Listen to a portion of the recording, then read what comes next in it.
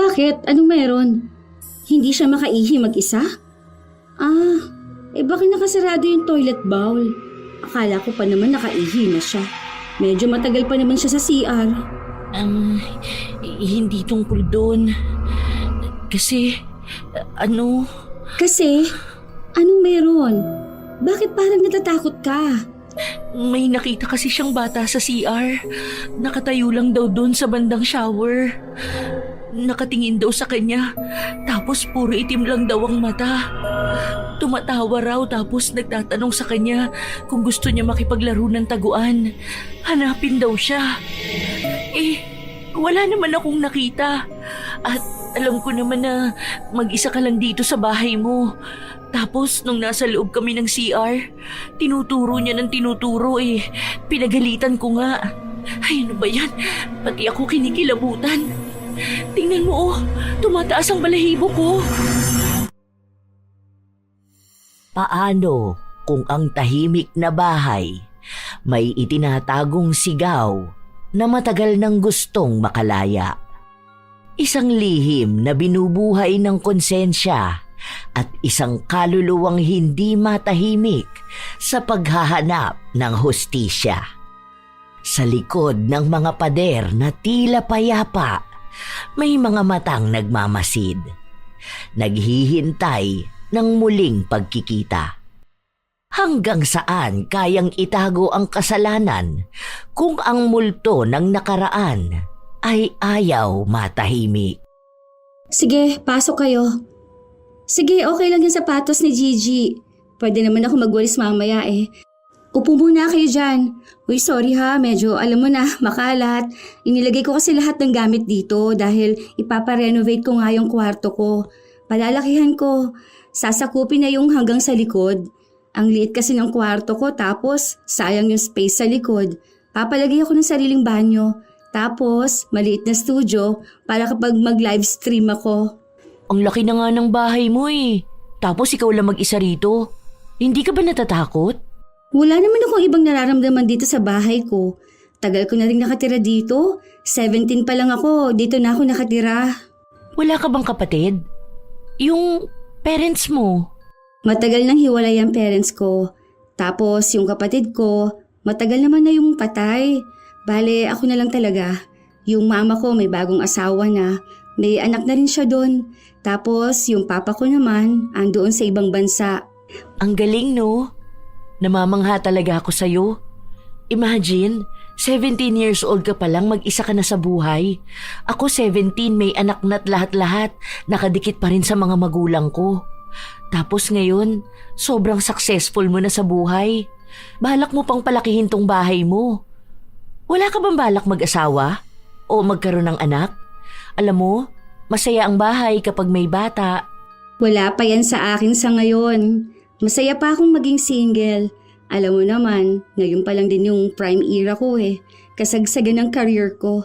Kung mag-aasawa ako o magkakaroon ng anak, iba na magiging priorities ko. Sa bagay, iba ka pa naman pagdating dyan sa career mo. Talagang todo bigay ka. Nagpakonsulta ka na ba ng bahay mo? 'Di ba, sinasabi nila bago mo iparenovate, dapat alam mo muna kung may magagambala ka? Hindi naman ako naniniwala sa ganyan.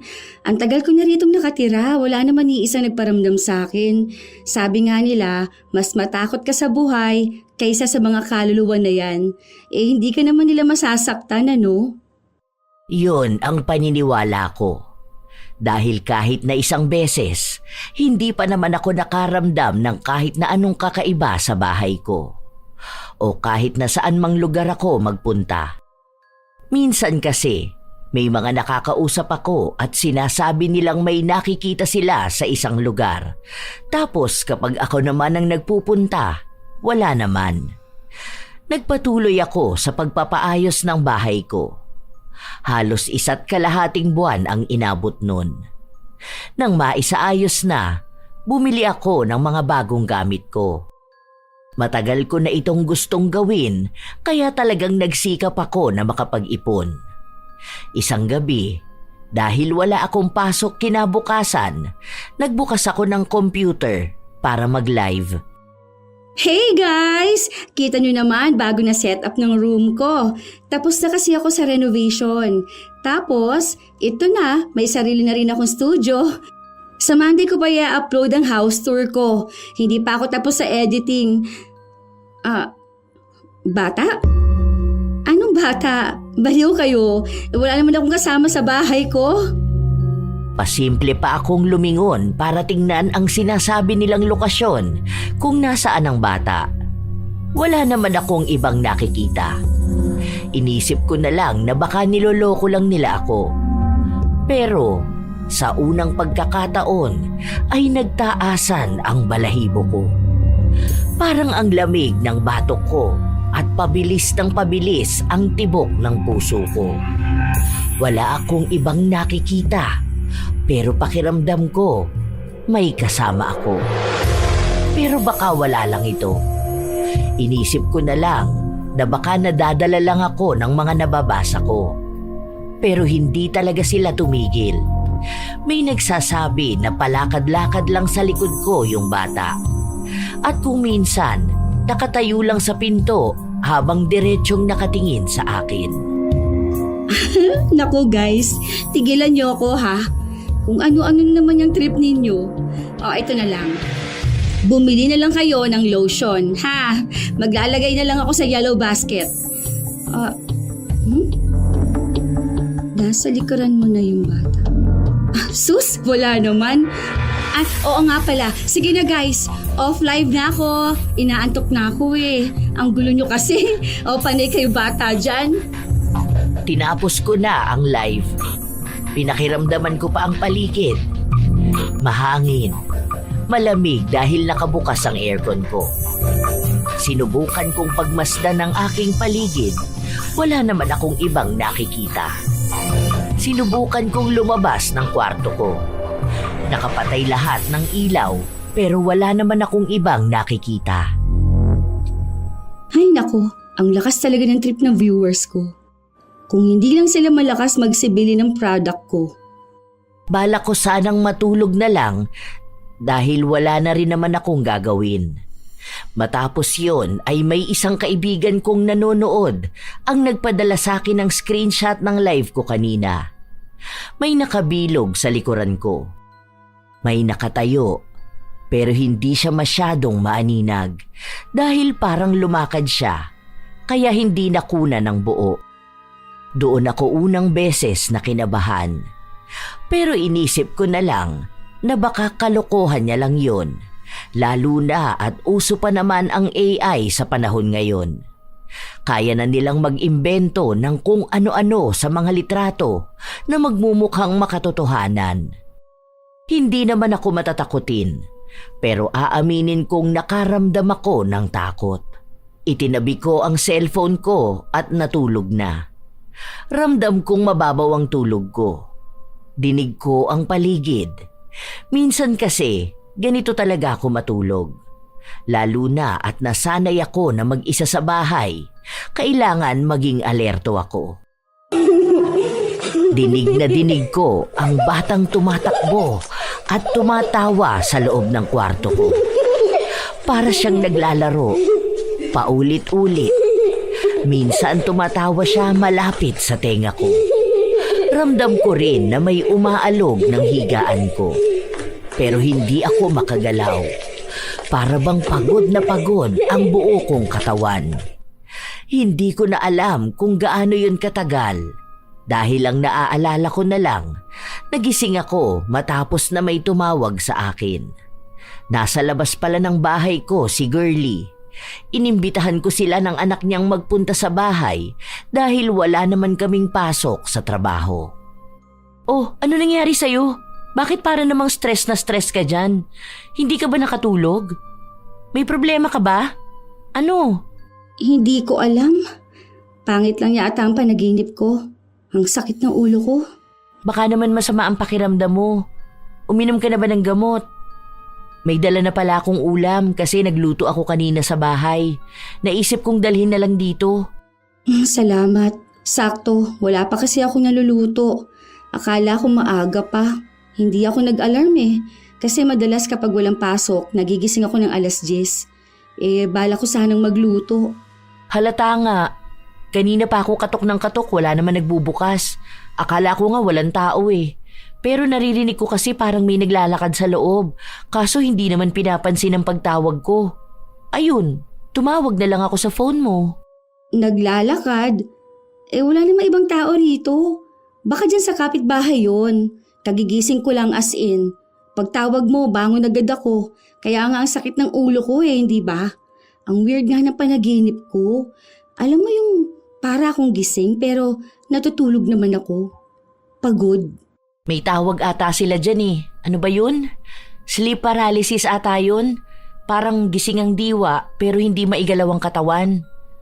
Nagpa-bless ka na ba ng bahay mo? Hindi pa. Renovation lang naman to. Hindi naman ako nagpagawa ng buong bahay. Kwarto lang ang nagalaw. Mamaya tour kita sa bago kong kwarto.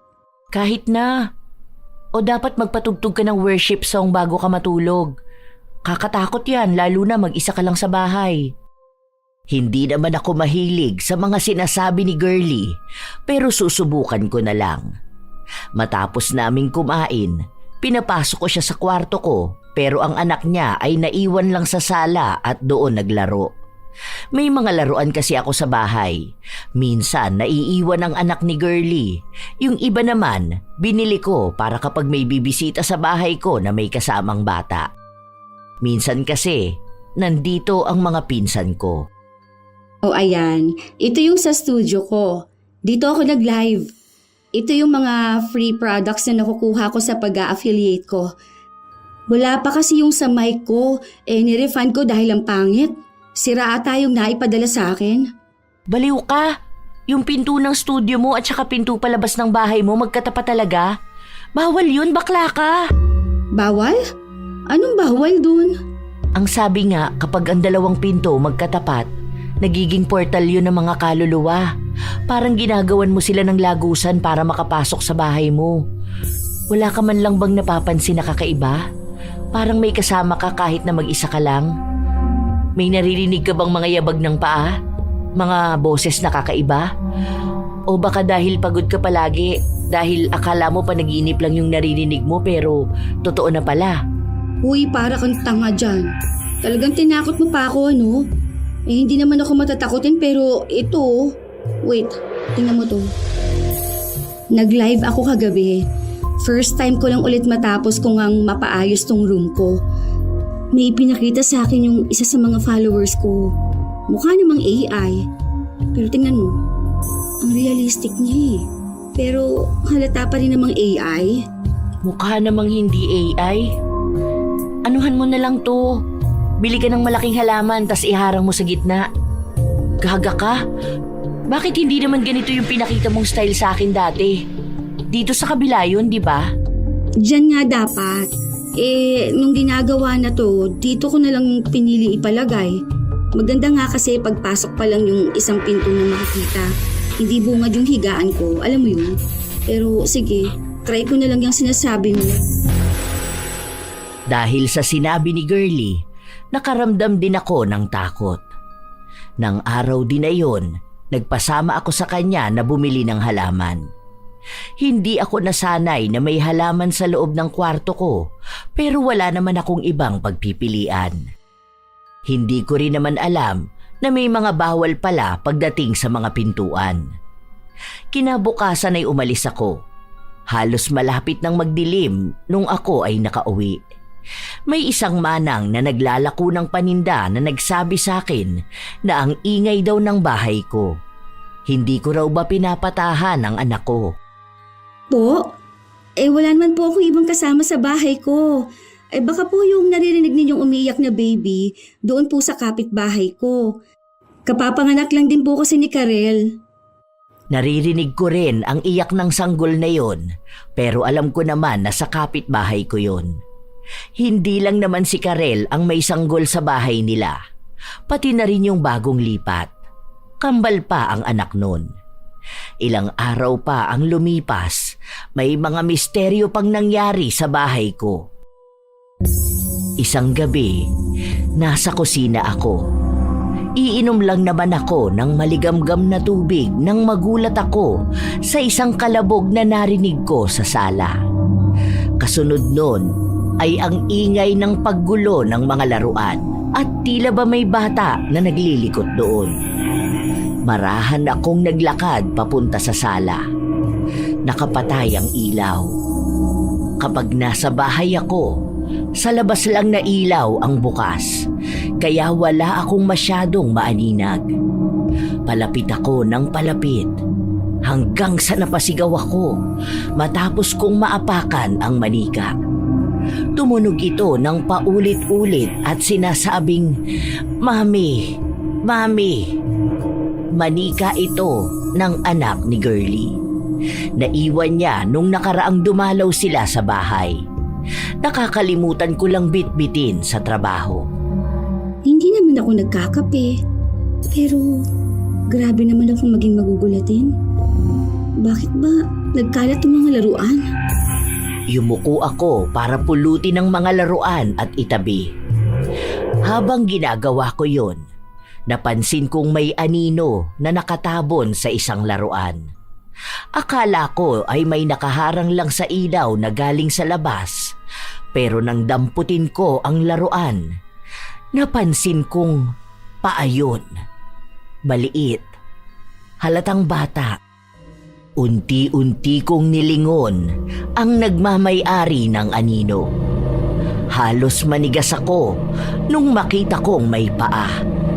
May batang nakatayo sa tapat ng pintuan ng kwarto ko. Naninigas akong nakatitig sa mga paa, pero hindi ko magawang iangat ang ulo ko. Laro tayo?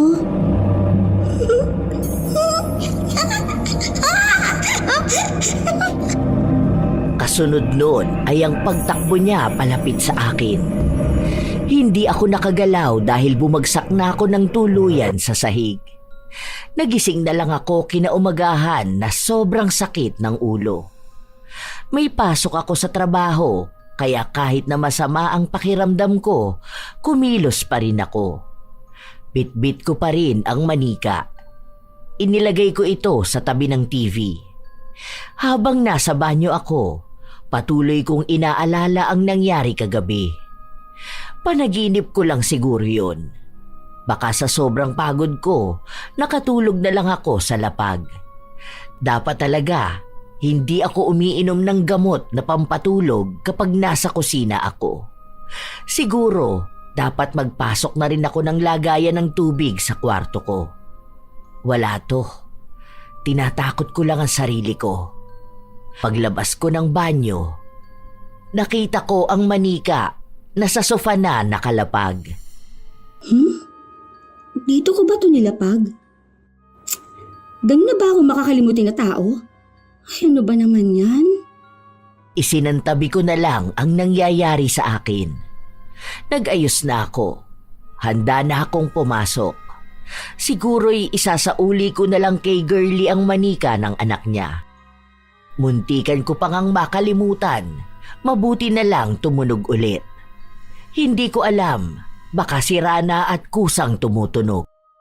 Pagpasok ko sa opisina, inilapag ko ang paper bag sa lamesa ni Girlie. Ano to? Naiwan pala to sa bahay niyo. Hinahanap sa akin to ni Gigi eh. Akala ko na isama do sa mga laruan na tinapon ni Mama. Paborito niya kasi to eh. Regalo ko sa kanya nung first birthday niya. Ang dami niya pang laruan sa bahay. Nagulat nga ako, andun pala yan. Hindi ko pa mapapansin kung hindi ko pa naapakan at tumunog. Hindi ko rin alam paano yan patayin. Mami ng mami. Ha? Wala naman tong battery ah. Saka matagal na tong sira. Oh, tingnan mo, putol na ang wire sa loob. Saka hindi naman Mami ang sinasabi nito. Kumakanta to ng Twinkle Twinkle at saka alphabet song. We, tumunog nga yan kanina bago ko dalhin dito. Totoo nga. Kita mo naman oh, walang battery. Sira din ang lalagyan. Ano to? Ako lang ang sumira ngayon. Baka yung sa kapitbahay namin yun. Dami kasing laruan ng bata dun eh. Hindi ko na lang pinilit ang naranasan ko. Baka mamaya, May kung ano na naman siyang sabihin sa akin. Pero hindi mawawala sa isip ko. Tanda ko lahat. Maliban na lang kung nababaliw na ako. Sa mga araw pang lumipas, ang daming kakaibang pangyayaring nararanasan ko sa bahay. Hindi ko alam kung totoo ba yun o kathang-isip ko lang. Isang hapon, bandang 5:30, nasa loob lang ako ng kwarto ko. Nakaawang ang pinto. Nakatingin lang ako sa iPad ko habang tinitingnan ang susunod na report na gagawin ko. Hanggang sa may naaninagan akong kakaiba sa pinto. Anino yun? Maliit lang. Ang akala ko nga ay pusa ng kapitbahay na minsan ay pumapasok sa bahay. Pero nagtaka ako nung napansin kong may maliliit na daliri na nakahawak sa pinto. Napaatras ako. Napalunok dahil ang bilis ng tibok ng puso ko. Ayoko sanang kumilos pero kakaiba ang nararamdaman ko. Mukha ring napansin nito na gumalaw ako dahil umatras siya. Nawala ang maliliit na daliri pero bumalik din ito. 2 kamay na. Para siyang sanggol pero mas maliit pa. Parang gusto niyang sumilip. Dahil sa takot ko, napatayo ako at sinipa ko ang pinto para sumara ito. Ayokong isipin na nababaliw na ako. Pero ano tong mga nakikita ko? Kung hindi katawan ng isang babae, para namang tiyanak. Kinabukasan, tulala lang ako sa trabaho. Iniisip ko pa rin ang itsura ng nakita ko. Huy, ayos ka lang ba? Kanina pa kita kinakausap, hindi ka sumasagot. Tinatanong kita sa bagong marketing strategy nitong minimalist bag natin. Nagtatanong sila ng plano natin dahil bumababa ang demand sa online market. Napanood ko na. Mag-order na lang ako. Ha? Anong sinasabi mong napanood mo? Ang ano? At anong orderin mo? Ay, ayos ka lang ba talaga? Pansin ko dito mga nakaraan parang nawawala ka sa sarili mo. Tungkol ba saan yan? Wala to. Palagi lang masakit ang ulo ko at fulang ako sa tulog. Feeling ko dahil yan dun sa iniinom mong pampatulog. Huwag ka na kayang uminom nun. Alam mo, dati mo pa ginagawa yan eh.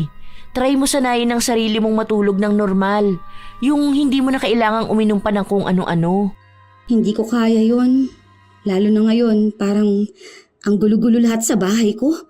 Ang bigat palagi. Tapos kung ano-ano pang nakikita ko. Hindi ko alam kung nababaliw na ba ako o talagang minumulto ako ng kung ano sa bahay ko. Eh baka nga dahil sa pagpaparenovate mo. Ang sabi ko naman sa'yo magtanong ka muna eh. Baka kasi nung pinaputol mo rin yung puno, baka may nagambala ka. Kasi wala namang ganyan noon ng bahay mo, di ba? Try mo kaya magpa-house blessing. Tingin mo ba may mga multo talaga? Ako, wala pa akong masyadong experience. Pero kasi dati naranasan ko na yun eh. Dito naman sa office, kaso paramdam lang yun ng isang beses. Kumbaga, nasa CR ako tapos nakakadinig ako ng umiiyak sa kabilang cubicle. Ganun lang. Sa akin nakikita ko talaga. Meron pang parang tiyanak. As in, maliit yung mga daliri. Sa totoo lang, hindi ako mabilis matakot pero hindi ko kinakaya to. Tapos minsan pa, feeling ko may nakatingin sa akin kapag natutulog ako. Yan ang nakakatakot. Baka mamaya bigla ka nalang bangungutin. Yan ang mahirap kapag mag-isa ka lang. Sinubukan mo na ba yung sinasabi ko sa'yo na magpatugtog ka? Wala ka rin atang altar sa bahay nyo. Pagkatapos mo magpa-house blessing, gawa ka ng altar. Yung sa mga worship song, nagpapatugtog naman talaga ako noon. Pero sige, try ko na rin gumawa ng altar. Hindi rin kasi ako paladasal na tao. Ang dami kong problema. Mula sa pagbagsak ng benta ng mga bag na dapat hawak ko dahil ako ang nasa posisyon, hanggang sa problema ko sa bahay mula sa mga kakaibang nilalang. Ginawa ko naman ang sinabi ni Girlie. Inimbitahan ko silang magpunta sa bahay, pati na rin ang mama ko. Pinadalhan ko sila ng imbitasyon pero hindi ko akalain na pupunta siya. Palagi kasi yung abala sa kanyang pamilya.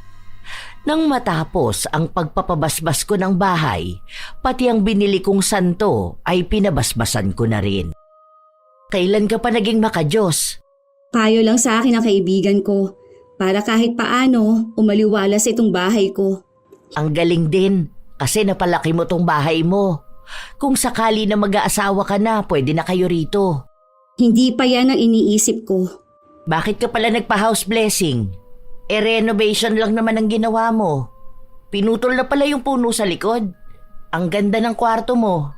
Kaso, ang pangit nung malaking halaman. Ang sabi ng kaibigan ko, masama raw yung magkatapat na pinto kaya hinarangan ko ang pagitan nila. Saka, ibang pakiramdam ko sa bahay. Feeling ko may multo. May nakikita ko. May nakikita ka bang multo o sadyang naghahalusinate ka na naman? Sabi ko sa'yo, huwag mong bibiglaing itigil ang pagpapakonsulta mo sa therapist mo eh. Baka yan yung epekto. Masyado ka nagpapapaniwala sa mga multo na yan. Bumalik ka sa therapist mo, baka mamaya lumalala ka na. Baka kahit sa labas may kinakausap kang hindi naman nakikita ng iba. Hindi ako baliw. Hindi ko sinabing baliw ka. Kaya ayokong imbitahan ka dito sa bahay ko eh. Tapos na yon, hindi ako baliw, okay? Kahit naman nun, hindi ako nababaliw. Pinilit mo lang akong kumonsulta sa psychiatrist. Oo na, sige. Huwag ka nang magalit sa akin. Nagsasabi lang naman ako. Kasi naman, kita ko ngayon kung ano-ano na lang din ang pinaniniwalaan mo. Nakakakita ka ng multo. Hindi naman totoo ang mga multo. Bukas na ako uuwi, dito na lang ako matutulog. Hindi ko na lang pinigilan si Mama. Hinayaan ko siyang pumasok sa kabilang kwarto. Ako naman, pumasok na rin sa kwarto ko. Hindi ako uminom ng pampatulog na gamot dahil baka tama nga si Girlie na baka masyado kong sinanay ang sarili ko. Hindi ko napapansin na malaki ang nagiging epekto nito sa akin. Hanggang sa nagising ako ng 10 oras ng gabi. Iihi dapat ako nang makarinig ako ng ingay sa labas. Sinilip ko yun. Nakita kong bukas ang kwarto ni Mama at may ilaw na lumalabas mula roon. Naisip ko na baka may ginagawa lang siya o baka paalis na rin siya. Babaliwalain ko na sana matapos kong makita muli ang maliliit na daliri na nakakapit sa pintuan ng kwarto ni Mama. Nakaramdam ako ng panlalamig. Maging ang balahibo ko ay nagtayuan. Gusto ko sanang baliwalain, pero nang sandaling sumilip yun, nangilabot ako ng sobra. Nakakatakot. Para nga siyang sanggol na hindi nabuo. Mulat ang mga mata niyang namumula na nakatingin sa akin. Pumasok siya sa loob ng kwarto kung nasaan si Mama. Ako naman, marahan akong lumabas para pumunta doon. Walang tao. Hindi ko alam kung nasaan si Mama, pero ang hinanap ko ay yung maliit na nagpapakita sa akin. Pumasok ako sa loob. Ramdam ko na naroon siya. Nang makita kong nakadikit ito sa pader, napaatras ako. Hindi ako makapagsalita dahil mas lalong bumibilis ang tibok ng puso ko. Ang kakaiba namang nilalang ay unti-unting lumilingon sa akin. Ilang sandali pa ay tumalon ito papunta sa akin at... Hoy, anong ginagawa mo rito? Ano ba? Ano ba? Bakit ka sumisigaw? Anong ginagawa mo dyan? May patingin-tingin ka pa sa paligid. Ano bang hinahanap mo? Yung fetus, Ma. Andito yung sinasabi ko sa'yo.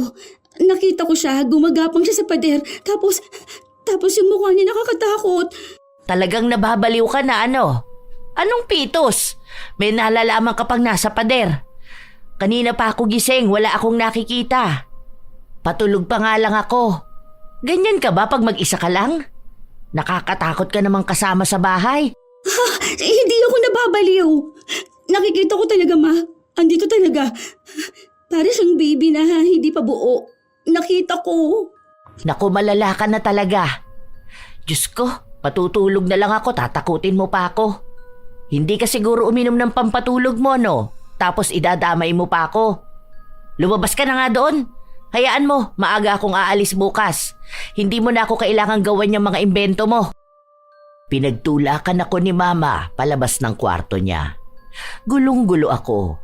Kitang-kita ko talaga. Hindi ako nananaginip. Alam kong totoo yun. Dahil sa nangyari, hindi na ako nakatulog. Mas lalo akong hindi nakapag-isip ng maayos. Nasa opisina ako pero ang utak ko ay nasa bahay. Hanggang sa kinausap ako ng kaibigan ko. Meron pa rin pala? Bakit ganun para namang hindi nawawala sa bahay niyo yung multo na yun? Bakit para namang fetus ngayon? Di ba nung nakaraan bata na? Hindi ko na alam, ang sakit-sakit na ng ulo ko. Yung bahay mo ba, inyo yun talaga noon? Oo, kasi bahay pa yun ng lola namin. Naalala ko na doon pa kami nakatira kasama si lola. Tapos napunta lang naman sa akin yung bahay nung nag-asawa na ng iba si mama. Tapos ako na lang mag-isa nasa bahay. Baka naman luma na yung multo sa bahay mo. Kumbaga parang ngayon lang nabubulabog. Wala bang namatay sa bahay na yun? Baby, bata, o ano ba? Wala naman. Si lola lang naman nung matandang-matanda na talaga siya. Kung lola kong nagmumulto, di ba? Dapat matandang babae. Kaso bata. Tapos yung isa, halatang hindi pa ata na ipapanganak. Bakit kaya hindi mo tanungin ng mama mo? Baka naman noon may pinalaglag siya sa bahay na yun. Baka yung sinasabi mo na fetus naman yung anak niya dapat. Malay mo naman may hindi ka alam sa bahay niyo. Hindi ako nakakibo sa sinabi niya. Pero tumatak sa isip ko ang mga salita na yon. Hanggang sa muli akong nakauwi sa bahay. Ako na naman mag-isa, kasama ang mga nilalang na hindi ko maintindihan. Hindi naman ako pwedeng umalis dito dahil bahay ko na to. Sayang naman ang pagpapagawa ko rito kung aalisin ko lang. Isa pa, dapat silang mga multo ang umalis ng bahay ko. Gagawin ko na lang siguro ang sinabi sa akin ni Girlie na humingi ng tulong sa mga eksperto. Wala pa lang talaga akong nakakausap. Ilang araw pa ang nakalipas, halos gabi-gabing nagpaparamdam ang dalawang kaluluwa sa akin. Dalawa lang talaga, pero mas madalas ang batang babae. Isang gabi, habang mahimbing ang tulog ko, nagising ako matapos na marinig ang pagbulong sa akin. Maglaro tayo? Hanapin mo ko. Hindi ako makakilos, pero dinig ko ang pagtakbo niya sa gilid ko. Paulit-ulit niya akong inaaya maglaro. Nararamdaman ko rin ang malamig niyang presensya. Hanggang sa gumising ako kinabukasan, pansin kong may hampas ng maliliit na kamay ang braso ko. Nakabakat ang pamumula dahil maputi ako. Bumigat din ang bandang paanan ko para itong dinaganan. Nailalakad ko naman pero ramdam kong mabigat ito. Nang makaligo ako, nawala naman ang marka ng kamay sa katawan ko. Pagkalabas ko ng bahay, nagsasarado pa lang ako ng pinto. Nilapitan ako ng kapitbahay namin. Pinagsabihan ako na wag akong maingay kapag gabi na. Kasi para daw ang dami kong kinakalkal sa bahay ko. Ang ingay raw, lalo na doon sa kwarto na katapat lang nila. Ang tinutukoy niyang kwarto ay yung gamit ni Mama kapag nandito siya. Pero paano yun iingay kung wala namang tao roon? Pero hindi ko yun sinabi sa kanya. Humingi na lang ako ng pasensya. Pagpasok ko sa trabaho, nakasabay ko si Girlie. May pilay ka ba? Wala. Ewan ko ba? Bakit ang bigat? Halata bang iika-ika ako? Nadaganan ko ata ito nung natutulog ako. O baka pulikat, hindi ko lang napansin. Pahiran mo mamaya ng kating ko. Meron ako dun sa lamesa ko, papahiram ko na lang sa'yo. Pansin ko na hindi ka na naman nakatulog ng maayos. Ginulo ka ba ng multo sa bahay niyo? Nananaginip lang ako. Ay, ang sabi ko kasi sa'yo, umalis ka na sa bahay mo eh. Ang kulit mo rin eh, no? Sa susunod niyan talagang babangungutin ka na. Ayoko naman. Hindi naman ganun kadali kasi yun. Baka aalis din ang mga multo na yun. Bahay ko yun ano. Pwede mo naman ibenta. Tapos bumili ka ng ibang bahay. O tapos yung ibang multo naman na makikita ko. Saan ba kasi yung albularyo kamo na sinasabi mo? Samahan mo kaya ako. Sige, pero dapat kahapon pa. Next week na lang kita sasamahan doon. Isang beses lang yun sa isang linggo eh. Kada Thursday lang. Hayaan mo, sasamahan kita. Pwede tayo magpaalam half day ano. Mabilis lang naman yun basta agahan natin. Tingin mo, ang mga multo ba lumalaki? Lumalaki? Kumbaga, katulad natin, kung anong taon na tayo, ganun din sila. Kumbaga, namatay sila nung baby pa lang sila, magiging matanda rin ba sila?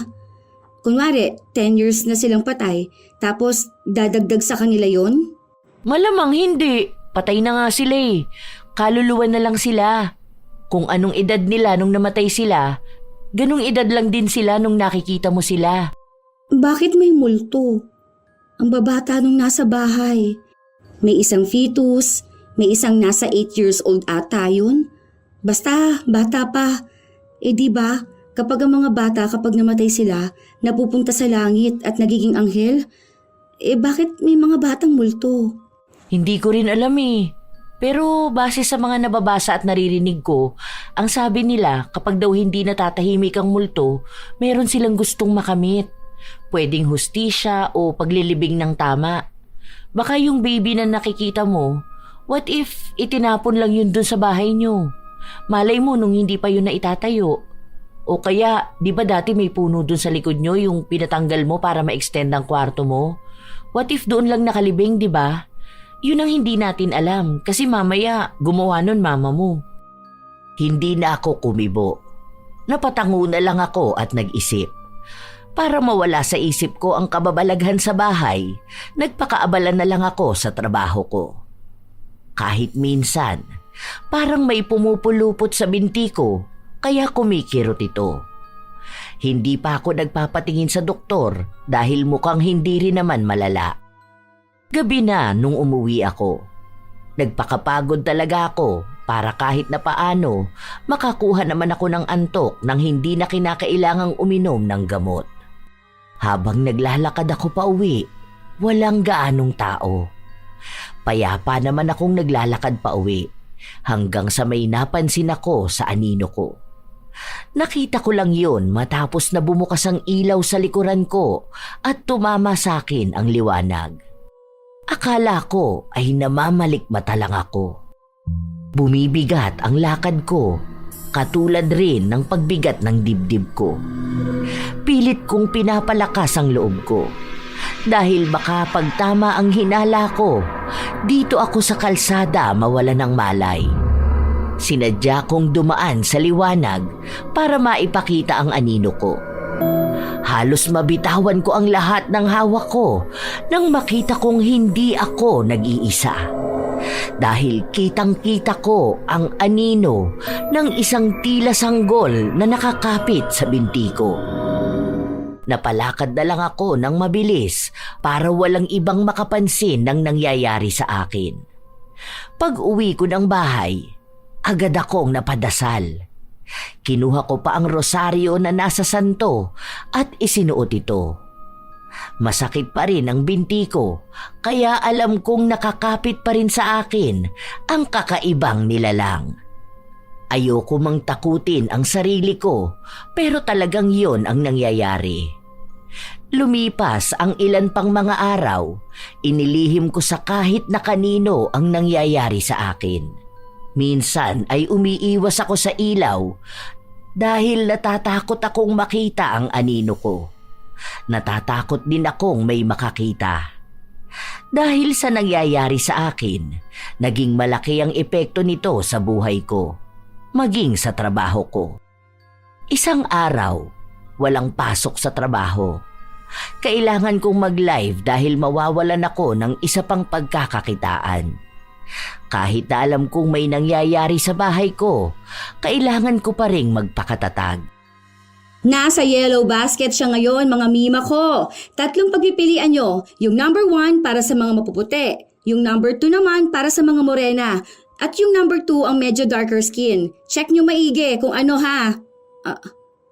Napaatras ako matapos kong maramdaman ang laruan na dumaan sa paanan ko. Dinampot ko ito. Paano naman ako nagkaroon ng laruan dito? Ni hindi ko pinapasok noon si Gigi.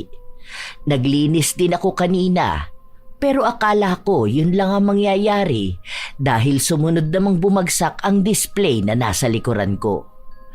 Gusto ko yung baliwalain pero may malakas na pagkatok akong naririnig mula sa kwarto ko. Sandali lang mga mima. Pause lang ako ng live. Comment lang kayo ng mga tanong nyo. Babalikan ko kayo mamaya. Comment done, check out na rin, okay? Balik ako. May parcel ata ako eh. Nag-pause ako ng live ko, saka ako tumayo. Pagbukas ko ng pinto, nakaamoy ako ng kakaiba. Parang amoy sanggol na bagong panganak. Amoy alkohol na hindi ko maipaliwanag. Ang buong akala ko, ganun lang yun. Pero nangilabot ako matapos kong marinig ang ingay ng isang sanggol. Galing yon sa kabilang kwarto. Halatang hindi galing sa kabilang bahay. Huminga ako ng malalim bago ako lumabas ng kwarto ko. Pero pagdating ko sa kabila, nawala na ang pag-iyak. Sumunod naman ang pagtama sa likuran ko ng bola. Maglaro tayo. Hanapin mo ko. Napapamura na lang ako sa kaloob-looban ko. Hindi ko alam kung saan nanggagaling ang boses na yun. Pero alam kong dito lang sa bahay. Hanapin mo ko. Ano bang kailangan mo sa akin? Bakit ba ayaw ninyo ako lubayan?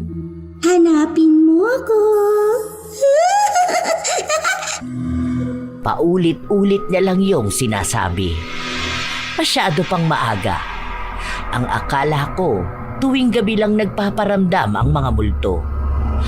Habang naglalaro ang bata na hindi ko alam kung nasaan, siya namang nagkaroon ng ingay sa iba't ibang bahagi ng bahay. May mga nahuhulog na gamit. May mga kumakalampag. Hindi ko na alam. Halos mabaliw na ako kaiisip. Kaya ang ginawa ko na lang, pinatay ko ang switch at saka ako lumabas ng bahay. Kung tatagalan ko pa rito, baka maging multo na rin ako. Hindi ko na alam kung saan ako pupunta. Hindi naman ako pwedeng makituloy sa bahay ni na Girlie dahil kasama niya ang mga magulang niya at nakatira lang sila sa maliit na bahay. Kaya nung kinagabihan, umuwi rin ako sa bahay. Ipinasok ko na lang din ang binili kong santo sa loob ng kwarto ko. Isinuot ko rin ang rosaryo. Nagpatugtog ako ng worship song na talagang dinig sa buong bahay. Ganon ang balak ko.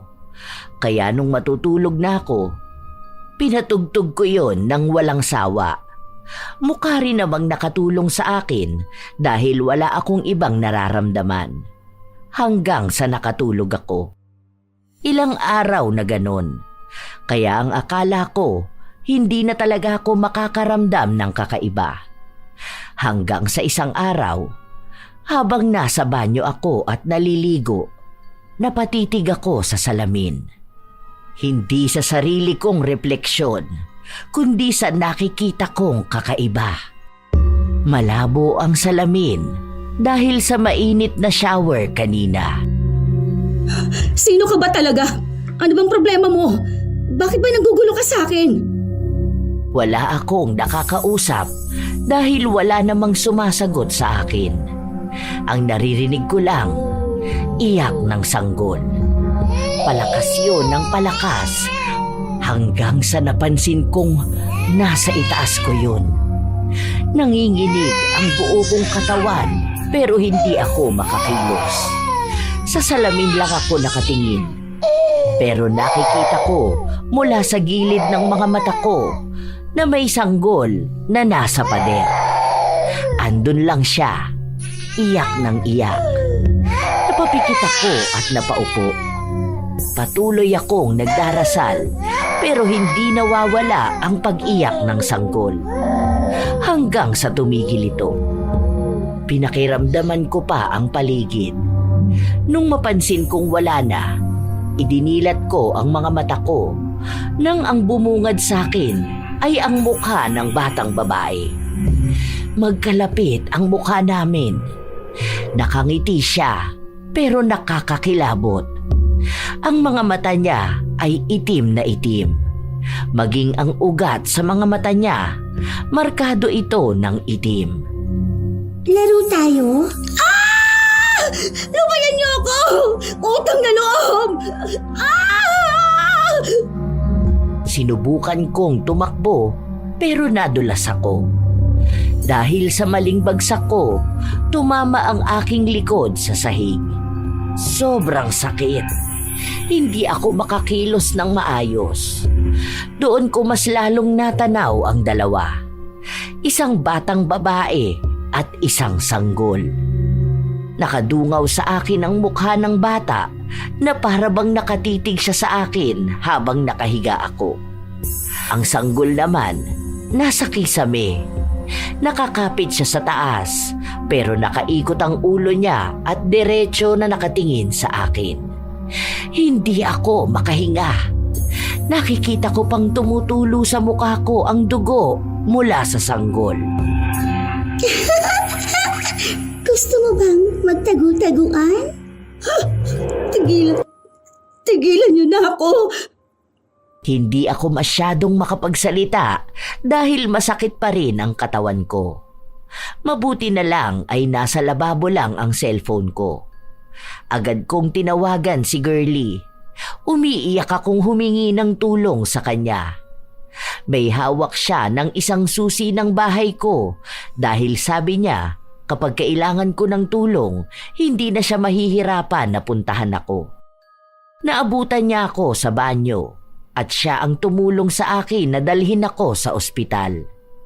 Mabuti na lang at nabalian lang ako, kaya nakauwi pa rin ako. Okay lang ba sa'yo na dito ka na lang muna?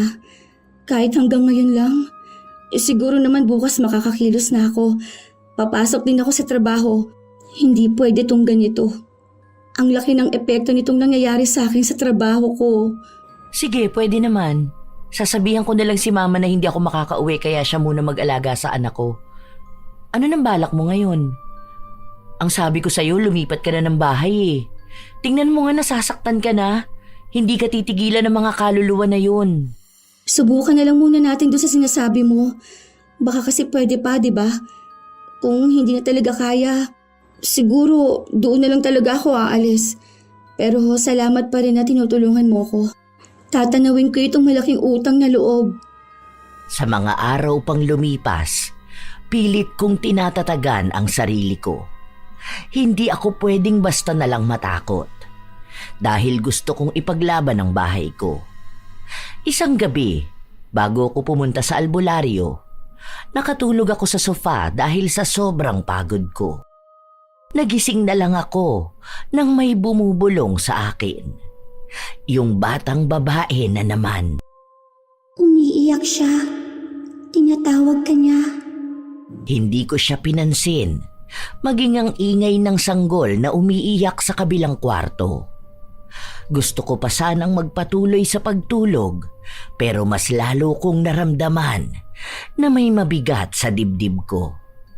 At yung iyak ng sanggol, mas malapit na sa akin. Patahanin mo siya. Umiiyak siya. Nagdasal na lang ako, paulit-ulit sa utak ko, kahit na hindi ako makahinga. Ang gulo na ng naririnig ko. Iyak ng sanggol at boses ng bata. Hindi ko rin napansin na naiiyak na ako. Pero kailangan kong magpakatatag. Alam kong bukas matatapos na rin itong lahat. Umaasa ako na matatapos ito. Wala akong tulog hanggang sa kinabukasan. Agad na rin akong umalis para magkita kami ni Girlie. Hindi ka nakatulog ng maayos? Hindi. Ang bigat ng dibdib ko. Iyak ng iyak yung sanggol. Tapos ginugulo rin ako ng batang babae. Alam mo, nakakaramdam ako ng awa sa kanila. Paano kung magkapatid sila, tapos namatay silang dalawa? Pero bakit sa bahay namin, di ba? Bakit kumakapit sa akin ang kaluluwa ng sanggol? Bakit hindi nila ako nilulubayan? Hayaan mo, malalaman natin yan mamaya. Nang makarating kami sa bahay ng albularyo, may 3 babae na nakapila. Ang isa, sinasabi na sinasapian daw siya. Yung isa naman ay tungkol din sa multo. Nang sa amin na natapat ang albularyo, hindi pa ako nagsasabi, mukhang alam na niya ang kailangan ko. Sinabi niya sa akin na iisa lang naman daw ang hiling ng kaluluwa, ang mabigyan siya ng maayos na libing. Maayos na libing? Paano ko naman malalaman kung nasaan sila para ilibing ko? Sinabi ng albularyo na alam ko kung nasaan at wag na akong magpanggap. Wala pa akong naikukwento sa kanya, pero mukhang alam na niya ang nangyari sa buhay ko. Hindi ako makapagsalita, lalo na nung sinabi niya sa akin na ako lang ang makapagpapatahimik sa kaluluwa na tinatakasan ko. Dahil kahit saan ako magpunta, bit-bit ko ang kaluluwa na yon. Kahit lumipat ako ng bahay, kakambal na siya ng konsensya ko. Napaiwas ako ng tingin sa albularyo, pero nakuha niyang muli ang atensyon ko matapos niyang sabihin sa akin na matagal nang nakakapit sa akin ang sanggol. Hindi ko lang daw napapansin. O ngayon ko lang nabigyan ng atensyon. Itinuro niya rin ang binti ko na siyang matagal nang nananakit. Hindi ko gets. Paanong bitbit niya yung kaluluwa ng sanggol? Anong meron? Sinabi lang sa kanya ng albularyo na ako lang ang makakasagot nun dahil ako ang may alam ng buong katotohanan. Hindi niya sinabi kay Girlie kahit na muli siyang tinanong nito.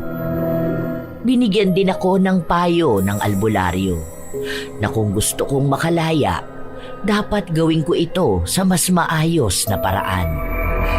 Dahil kung patuloy kong tatakbuhan ang nakaraan, hindi ako patatahimikin ng konsensya ko, kahit palubayan na ako ng kaluluwa. Umuwi ako ng bahay. Hindi ako nakapasok ng trabaho habang si Girlie kailangan niyang pumasok. Nasa bahay ako, nakatulala. Alam ko ang sinasabi sa akin ng albularyo, pero bakit parang ako itong hindi makabitaw? Tinawagan ko si Mama para pumunta sa bahay. Nung una ay ayaw niya pa, pero pinilit ko siya dahil sa importanteng bagay na dapat naming pag-usapan. Oh, ano naman problema doon? Para sa ganyan lang kailangan mo pa akong kausapin. Ay ano naman kung nagpalaglag ka nung 17 years old ka? Eh kung hindi ka rin naman kasi tanga, bakit mo naman itinago yung anak mo? Hindi mo inilibing. Ano bang tingin mo sa kanya? Souvenir? Kaya talagang mumultuhin ka nun. Inistorbo mo pa talaga ako. Yan pa talagang sasabihin mo sa akin. Kaya nga kita pinapunta rito para magkaroon man lang ako ng karamay, di ba? Ewan ko ba kasi sa'yo? Maganda naman na ang karir mo. Ano pa bang kailangan mong gawin? Gusto mo na ba magkaroon ng asawa? Sige, ayos lang din yon. Kung gusto mo na magkaroon ng anak, sige lang din. Para matigil ka na dyan sa paniniwala mong minumulto ka ng anak mo. Eh ni hindi pa nga yun na ipapanganak tapos mumultuhin ka. Nababaliw ka na kasi talaga. Tingnan mo, may nagpaparamdam ba sa atin? May nakikita ba tayong pitos na gumagapang? Wala naman, di ba? Sa isip mo lang yan ganyan. Mag-anak ka na para mabaling sa ibang atensyon mo. Ilibing mo yung pinalaglag mo tapos kalimutan mo na. 8 taon na ang nakakalipas, Charmaine. Mag-move on ka na. Wala akong nakuhang kahit na anong magandang salita mula kay Mama. Nagmamadali rin siyang umuwi at iniwan ako sa bahay.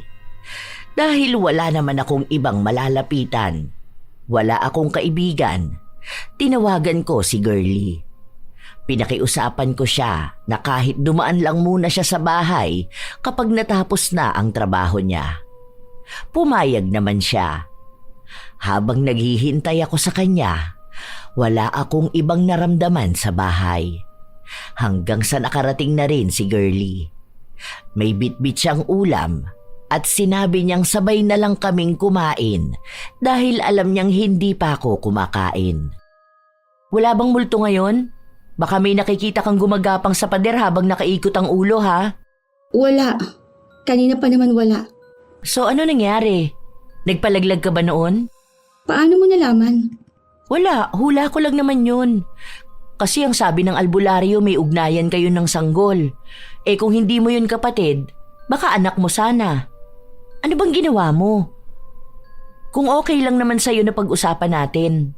17 ako noon. Nag-aaral ako. Yung gago kong boyfriend, nung nalamang buntis ako, itinago siya ng mga magulang niya. Natakot lang ako noon na baka kapag hindi ko ituloy ang pag-aaral ko, walang mangyayari sa akin. Sinabi sa akin ni Mama na ipalaglag ko na lang ang anak ko para matupad kong pangarap ko. Ginawa ko naman. Nakakatakot lang talaga siya kasi iniisip ko na kasalanan yun. Na kasalanan naman talaga, di ba? Simula nun, natakot na rin akong magbuntis. Lalo na nung nagtagumpay na ako sa buhay. Nagkaroon ng magandang trabaho. Nasa posisyon na ganito ng buhay ko. Akala ko, after ilang years, matatahimik ako kaso mukhang tama nga yung albularyo. Konsensya ko pa rin yun. Hindi yung kaluluwang lumalapit sa akin, kundi yung konsensya ko sa ginawa ko sa dapat magiging anak ko. Alam mo ba, parehas lang tayong nabuntis ng 17. Alam ko yung pressure na sinasabi mo. Yung pakiramdam na parang guguho ang lahat kapag pinili mong magpatuloy. Na baka kapag tinuloy mo, iba na siguro ang buhay mo ngayon. Hindi ko masasabi kung tama ka dahil oo, naging matagumpay ka. At hindi ko rin masasabi kung mali ka kasi alam kong hindi madaling pumili sa pagitan ng sarili mo at ng isang buhay na hindi mo pa nakikita. Pero alam mo, minsan, hindi naman kailangan parusahan ng sarili mo habang buhay. Ang mahalaga, natuto ka at alam mong kaya mong maging mas mabuting tao kahit mga may desisyong hindi mo na mababawi. Ang bigat ng nakaraan, oo, pero hindi ibig sabihin nun wala ka ng karapatang maging payapa. Lahat tayo may bahid, pero hindi yun sukatan ng kabuuan natin bilang tao. Kung kaya mong patawarin ang sarili mo, yun na siguro ang pinakamagandang simula. Pati na rin sa dapat mong magiging anak. Subukan mong bigyan siya ng maayos na libing, di ba? Yun lang naman siguro ang kailangan niya para manahimik siya. Ibigay mo na lang. Sabayan mo na lang din ang panalangin para sa kapayapaan ng kaluluwa niya at para na rin sa paglaya mo sa konsensya. Salamat ha. Wala kasi ako napala sa nanay ko kanina. Alam ko rin naman talaga na pinili ko to eh. Pero kasi, alam mo yun, may guilt talaga. Oo, naiintindihan kita. Pero kung magfo-focus ka sa guilt na yan, baka wala ka na ring patunguhan. Maging malaking aral na lang din to sa'yo. Palagi ka lang magdasal. Hindi ko napigilan ang maging emosyonal. Kahit paano, may tao ako na paglabasan ng hinanakit ko. Ang tagal ko rin kasing kinimkim ang aking kasalanan. Parang simula nung gawin kong kumitil ng inosenteng buhay, bit-bit ko na siya kahit na ilang taon pa ang nakalipas. Nang umalis na si Girlie, pumasok ako sa loob ng kabilang kwarto, kung saan kinuha ko ang maliit na kahon sa ilalim ng kama. Ngayon, alam ko na kung bakit dito palaging naririnig ang iyak ng bata. Dahil dito ko inilagay ang garapon kung saan nakalagay ang anak ko. Ito rin mismo ang kwarto na gamit ko noong nagpalaglag ako. Humingi ako ng tawad sa anak ko kahit na hindi ko sigurado kung naririnig niya ako o kung naiintindihan niya ako. Humingi ako ng tawad kasabay ng panalangin. Para sa kanya at para sa akin. Para sa aming paglaya. Kinabukasan, nagpasama ako sa kakilala ko na magpunta sa sementeryo. May maliit dong parte kung saan pwede kong ilibing ang anak ko. Matapos noon ay nagtirik ako ng kandila at nag-alay na rin ng panalangin.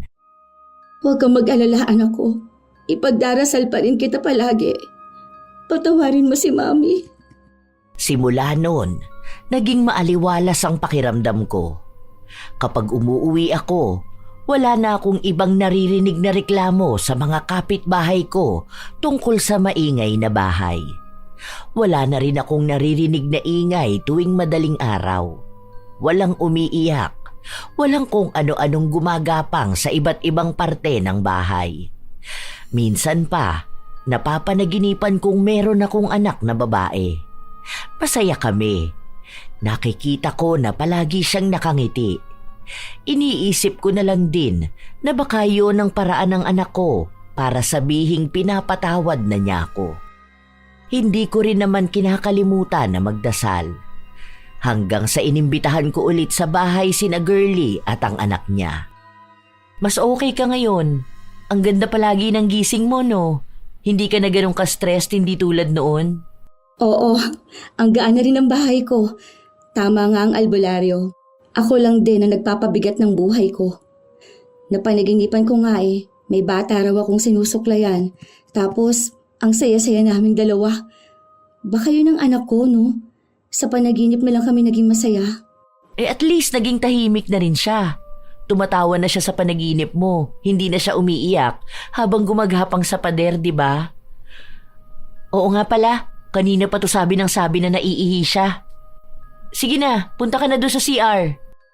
Mag-isang naglakad si Gigi papunta sa banyo habang kami ni Girlie ay nag-uusap ng kung ano-ano. Sinabi ko nga sa kanya na minsan kapag wala kaming pasok at kung wala naman siyang ginagawa sa bahay nila, pwede siyang bumisita sa bahay ko.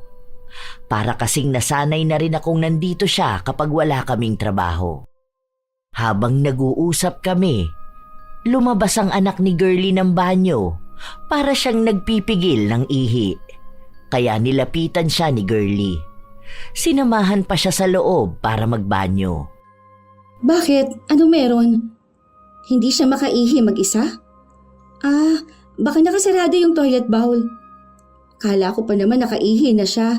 Medyo matagal pa naman siya sa CR. Hindi tungkol doon.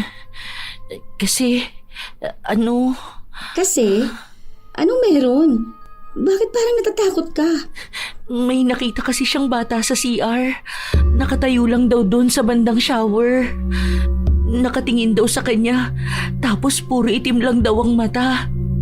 Tumatawa raw tapos nagtatanong sa kanya kung gusto niya makipaglaro ng taguan. Hanapin daw siya.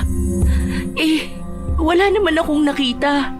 At alam ko naman na mag-isa ka lang dito sa bahay mo. Tapos nung nasa loob kami ng CR, tinuturo niya ng tinuturo Pinagalitan ko nga. Ay, ano ba yan? Pati ako kinikilabutan.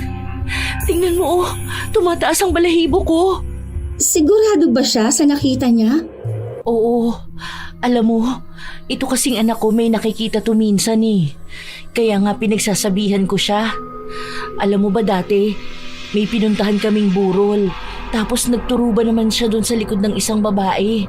Andun daw nakatayo yung matandang lalaki na nakabarong. Ayun, saktong brown out, takbuhan ng mga tao. Naaalala ko pa nung bata to, kaya hindi namin iniiwan kasi bigla to nagsasalita mag-isa.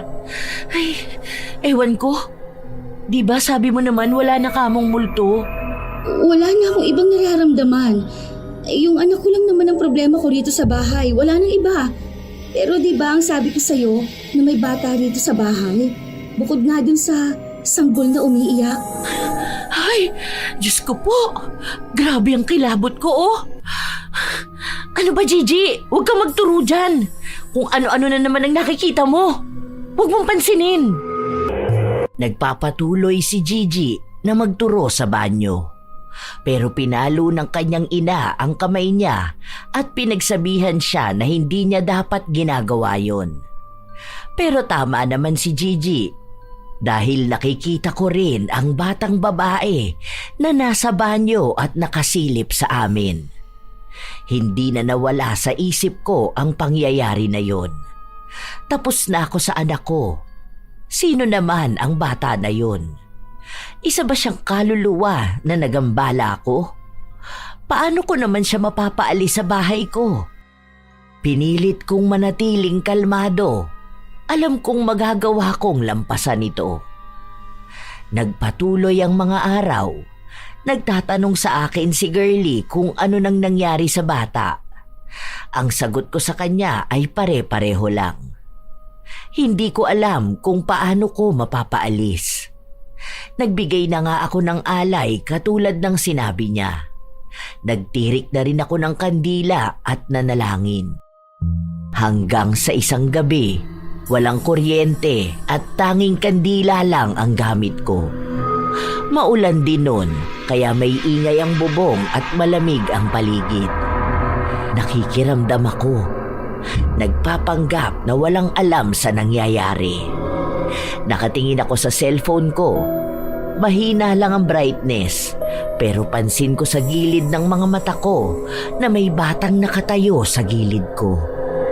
Hindi ko pinapahalata na natatakot ako dahil ang sabi ni Girlie, kapag ginawa ko yon ay mas lalo akong matatakot. Laro tayo? Hanapin mo ko? Hindi ako kumikibo. Sige lang ako sa pag-scroll sa phone ko. Laro tayo? Hanapin mo ko? Nanginginig na ang kamay ko. Sinubukan ko ring magpatugtog at kumanta. Baka sakaling lubayan niya ako. Natatakot na ako. Mas lalong lumalamig ang paligid ko. Sabayan pa ng sobrang dumilim na paligid. Hanapin mo ko? Matapos niyang sabihin yon ay nawala na siya. Doon lang ako nakahinga kahit na paano. Wala pa ring kuryente kaya hindi pa ako makatulog.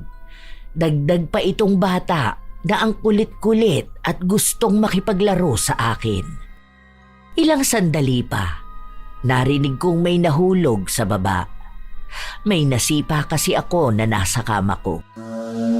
Sinubukan kong gumamit ng flashlight. Napansin kong may laruan, pero bago ko yun pulutin, ay bumungad sa akin ang mukha ng bata. Laro tayo. Hanapin mo ko, ha? Ano bang kailangan mo sa akin, ha? Maglalaro lang naman tayo. Gusto kong hanapin mo ko. Pwede bang lubayan mo ko? Hindi kita kilala. Wala akong kasalanan sa'yo. Basta, hanapin mo ko. Maglalaro tayo. Yabag niya lang ang narinig kong tumatakbo palayo. Malakas ang kabog ng dibdib ko. Sumasabay pa ang malakas na kidlat. Ayoko siyang sundin dahil hindi ko naman siya kilala. Hindi ko alam kung anong mangyayari kapag nakita ko siya o hindi. Pero pinilit ko pa rin siyang hanapin. Wala pang kuryente, kaya sobrang dilim ng bahay. Natatalisod pa ako sa paghahanap sa kanya. Hindi ko naman alam kung saan siya makikita. Isa pa, bakit ba ako nakikipaglaro sa bata? Hindi dyan. Please lang, ayoko na. Hanapin mo ko. Sinusundan ko na lang kung saan siya bumubulong. Papasok sa kusina, pero wala naman siya. Sinilip ko sa ilalim ng lamesa. Wala akong nakita. Hanapin mo ko. Lumakad pa ako at hindi ko alam kung bakit dinadala ako papunta sa likod ng kusina. Matagal nang hindi nabubuksan yon dahil tambakan lang naman yon ng mga lumang gamit. Ayokong buksan. Balak ko na nga sanang tumalikod pero narinig ko na naman ang boses ng bata. Malapit na. Hanapin mo ako.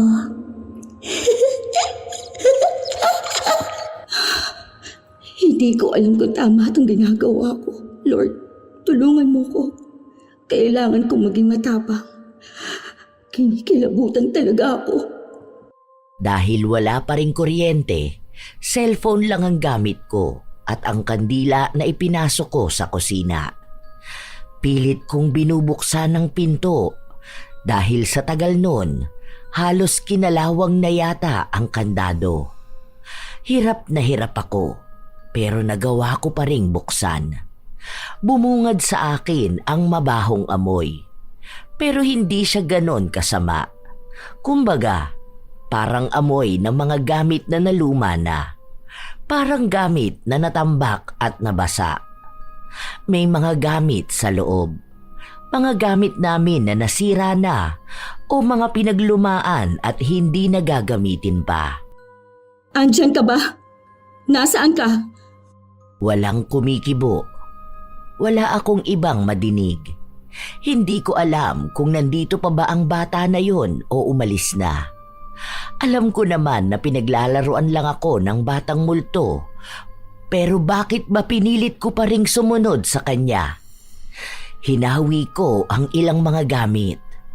May kalakihan naman ang kwarto na yon kahit paano. Noong bata pa ako, tanda ko na lagayan yun ng grocery namin. Pero nung umalis na si Papa, ginawa yung tambakan ng mga gamit ni Mama. At nung ako na ang tumira rito, hindi ko na ito binuksan. Maliban na lang ngayon na dito pa nagtago ang multo na yon. Hirap na hirap akong inilalabas ang mga malalaking gamit na pilit ipinagkasya. Hindi ko rin alam kung ano ba ang hinahanap ko. Dahil kahit naman hindi ko alisin to, tatagos naman ang multo na yon. Hanggang sa may naaninagan ang flashlight ko. Parang sinemento. Hindi. May nakikita akong lapida. Dahil doon, mas lalo kong inalis ang mga gamit. At doon ko nakita ng buo. Nakaukit sa lapida ang pangalang Charlie Villanueva. Ang kapatid ko. Nahanap mo na ako. Hindi na tayo maglalaro. Nang hina ako sa nakita ko. Kasabay na rin ang napaiyak ako. Kaya pala hindi masabi sa akin ni Mama kung saan ko pwedeng dalawin ng kapatid ko. Dito niya mismo sa bahay inilibing. Ngayon lang din unti-unting pumasok sa utak ko lahat. Dito ko mas napagtagpi-tagpi ang mga bagay noon. Matapos mamatay ng kapatid ko dahil na aksidente siya. Doon na nag-away sina Mama at Papa. Bata pa ako noon. Nasa 10 taong gulang pa lang ako. Yun din ang dahilan kaya sila naghiwalay dahil nagsisisihan silang dalawa. Ilang sandali pa, nagkaroon na ng kuryente at doon ko mas nakita ng malinaw. Kinabukasan, tinawagan ko si Mama at pinapupunta sa bahay. Pinilit ko siya kahit na ayaw niya. Ang sabi ko sa kanya, ako mismo ang susundo sa kanya kapag hindi siya nagpunta. Ano na naman bang problema mo? Ano, may multo na naman? Nagluluksa ka sa anak na ipinalaglag mo noon. Ano? Tungkol kay Charlie. Anong tungkol sa kanya? Kaya pala ayaw niyo akong pinapapunta sa sementeryo. Dahil wala pala siya doon. Ano bang sinasabi mo? Bakit sa dami ng paglilibingan mo sa kanya? Dito pa sa loob ng bahay. Ginawa mo pang tambakan ng basura yung libingan niya? Ano naman? Buti nga nandito siya. Hindi na nakikipagsiksikan doon sa sementeryo. Sa ibang probinsya naman ganun ang ginagawa, di ba? Yung iba nga nasa likod mismo ng bahay nila. May napanood ako sa loob mismo ng bahay nila tapos ginagawa nilang lamesa yung nicho. Ma, narinig mo ba ang sarili mo? Talagang hindi mo man lang siya binigyan ng maayos na libingan? Maayos naman yun na. At kasama mo siya. Kaya siguro kayo naghiwalay ni Papa. Anong klaseng mindset yan? Pwes, ako na lang ang magbibigay sa kanya ng maayos na libing. Hindi yung ganyan. Buong buhay ko, simula nung nawala si Charlie, hinahanap ko kung nasaan siya. Palagi akong humihingi ng tawad sa kanya dahil tuwing piyestang patay, walang dumadalaw sa kanya. Walang nagbibigay ng bulaklak sa kanya. Mas masahol pa pala ang ginawa mo sa akin. Kung ako, bit-bit ko yung konsensya ko dahil sa pagpapalaglag ko sa anak ko. Ikaw, inabandona mo na nga ako. Ginawa mo pa siyang itago. Hindi mo naiintindihan ang ginawa ko. Napag-usapan naman namin yun ng papa mo eh. Hindi mo alam kung gaano kasakit sa akin na mawala ng anak. Hindi ko kinaya. Halos mabaliw na nga ako. Kaya ang ginawa ko, nakiusap ako na dito na lang siya sa bahay ilibing para kahit paano makasama pa rin natin siya. Kaso wala eh. Iniwan pa rin tayo ng tatay niyo. Nagkaroon siya ng sarili niyang pamilya dahil galit siya sa akin. Kung hindi ko raw isinama si Charlie nung nagsugal ako, hindi siya masasagasaan. Tapos nawawala na raw tayo sa sarili, kaya pinilit kitang magpa-therapy. Para din naman sa'yo yon.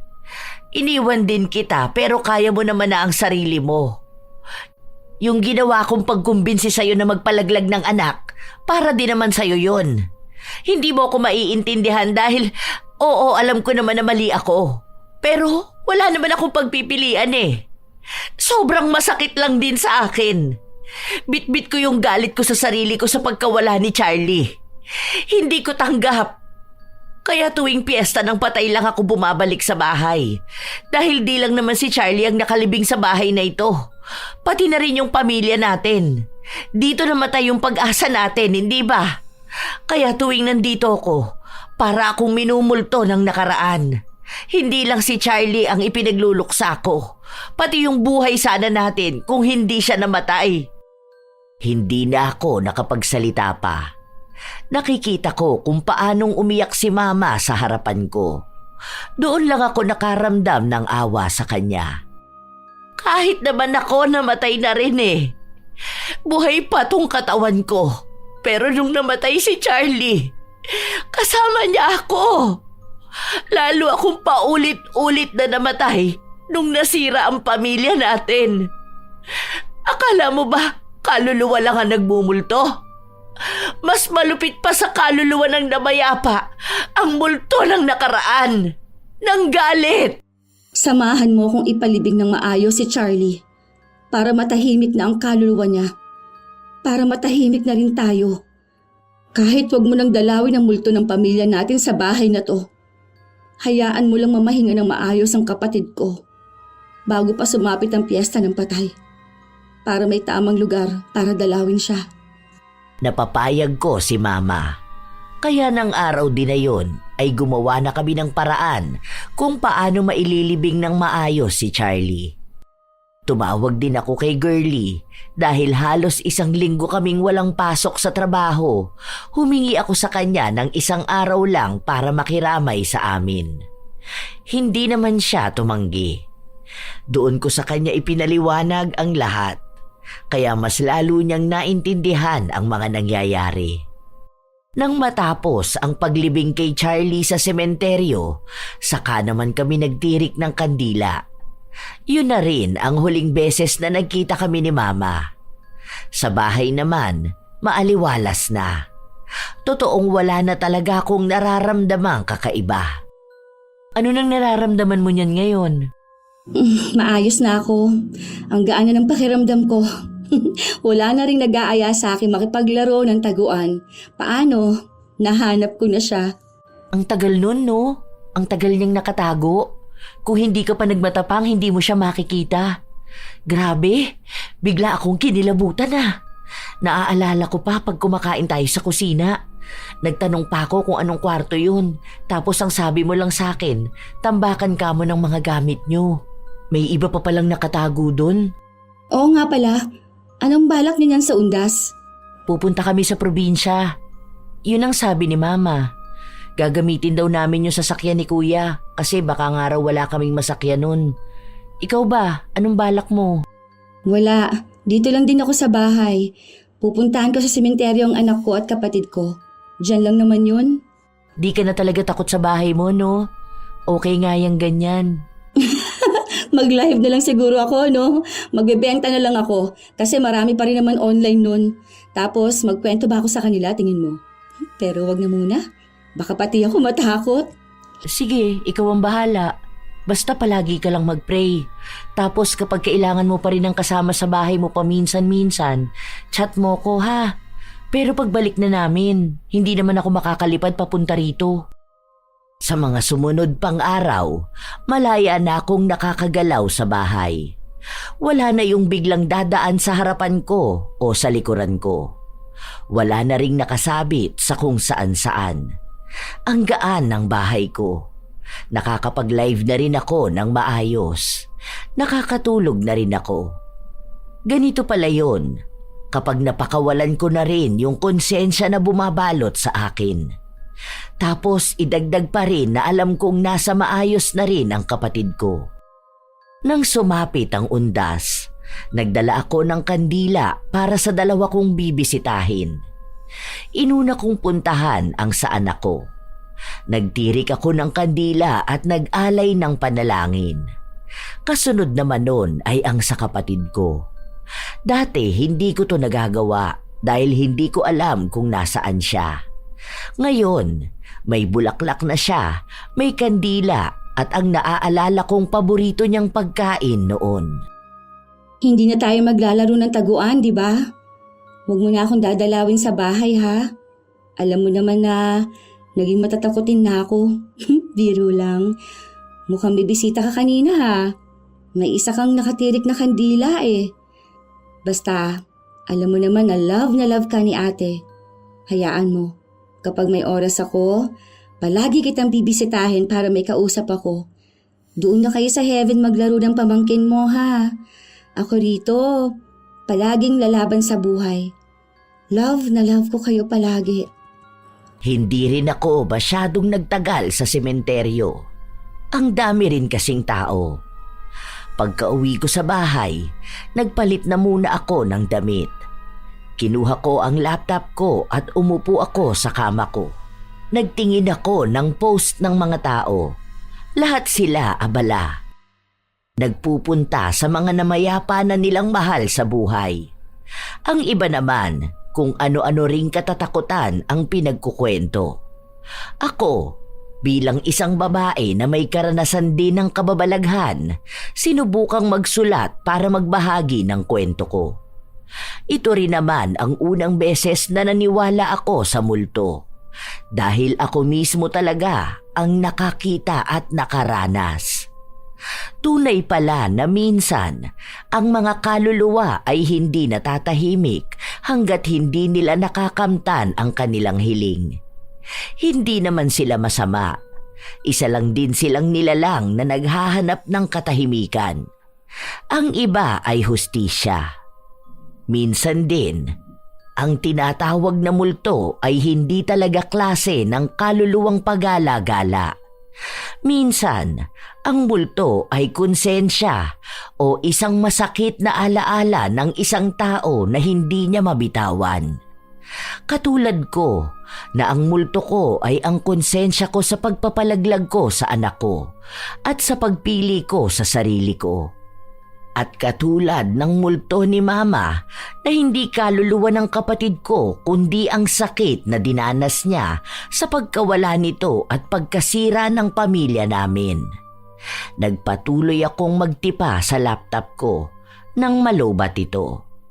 Dahil nakalimutan kong nasa sala ang charger, tumayo ako para kunin ito. Paghila ko, nalaglag ang mga laruan. Akala ko pa naman na ibigay ko na kay Gigi lahat ng laruan. Baka naiwan na naman niya to. Ang bata-bata pa nun, ang bilis nang makalimot. Yumuko ako para damputin ang laruan. Napatigil ako sandali matapos kong makita ang dalawang paa na nasa likod ng sofa. Iniangat ko ang tingin, walang taong nakatayo. Pero pagtingin ko sa baba, may mga paa. Kulubot na ito kaya halatang matanda na. Hindi ko alam kung anong nangyayari sa akin, kaya binaliwala ko na lang. Mariin akong napapikit at tumalikod. Hindi na ako lumingon dahil nagmamadali na akong pumasok sa loob ng kwarto ko. Utang na loob. Sana naman, guni-guni ko na lang ito. Dahil ayoko nang makakita ng multo. Tama na yung dalawa lang. Nabigyan ko na sila ng maayos na libing. Huwag na sanang masundan pa ng ibang kaluluwa. Pero mukhang malabo. Dahil ngayon, mukhang isa na itong abilidad ang makakita at makipagkomunikasyon sa mga kaluluwa. Shout out sa ilan sa mga masusugid na tagapakinig ng mga istorya ni Lola Telang. Charmaine Ebon, Berto, Sherlyn Huntilla, Juvie Tejero, Maria Ligaya, Elez Zel, Ain Buen, Ako si Noy, Agnes Fernando Lazaro, Skyler and Yani TV, Sara Bulaon, Cecil Vlog 64, Josephine De Peñosa, Liza Takada, Vilma Claude, Ramil Fariolin. Shout out din sa inyo, Jacqueline Sibayan, Carlos Ronilo Garcia, Guardian Nympha at sa mga kasamahan niya sa tahian ng Yirin's Garments, Marco Nanes at belated happy birthday kina Joshua Manalo at Joshua Florano ng Barangay Kabulusan, Melve Cervera, Elizabeth Hardenil, Emer de los Santos at sa de los Santos family ng Sorsogon, Jenny V. Suco, Ami Viray, Assorted Love Hurts KSA, LS Delgaco, Hira Mini, Riz Magante, Flor de Lisa Galang, Osel Maldita.